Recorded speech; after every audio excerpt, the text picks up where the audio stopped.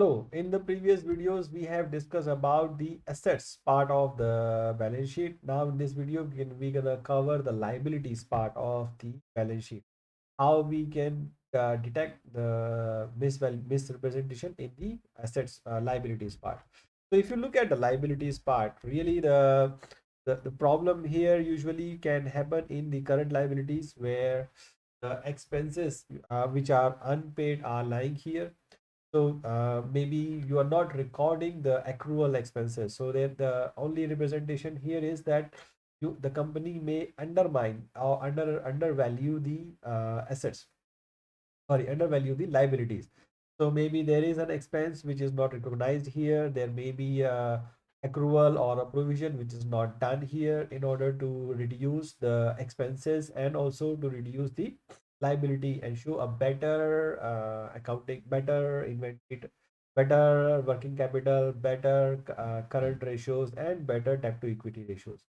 So the current liabilities, only way to look at that is there any is there any payment in the current liabilities? How old are they? Are they continue to be there or they are paid immediately?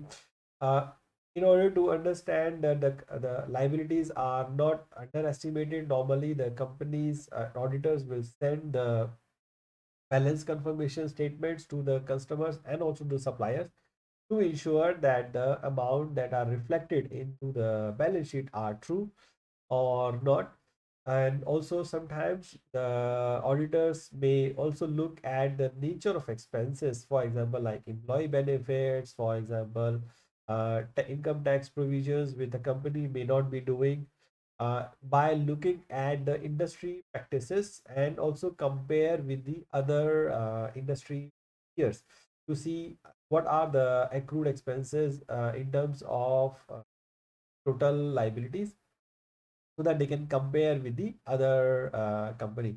So here you can see the accrued expenses are 13% of the total balance sheet, while the other company also have similar amount of 13%. Account payable is 9%, while the account payable here is 14%.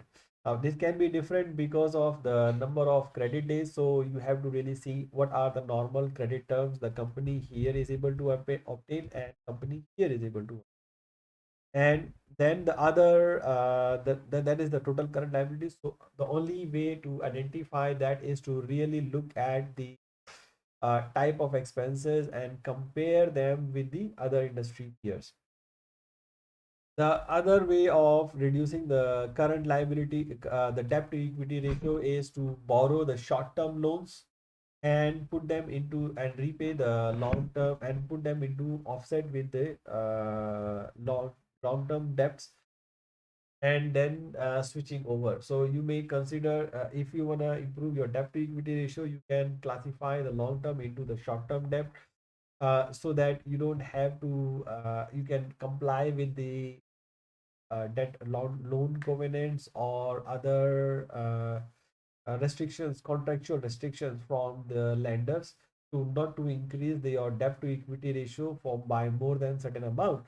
So you can put your current non-current liabilities into the current liabilities by switching over or by taking short-term loan and repaying the things, and then continue to switch over the the loan so that it doesn't become a non-current loan.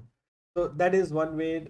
There is nothing else. Normally, there's not much of undervaluation or valuation done in the shareholders' equity.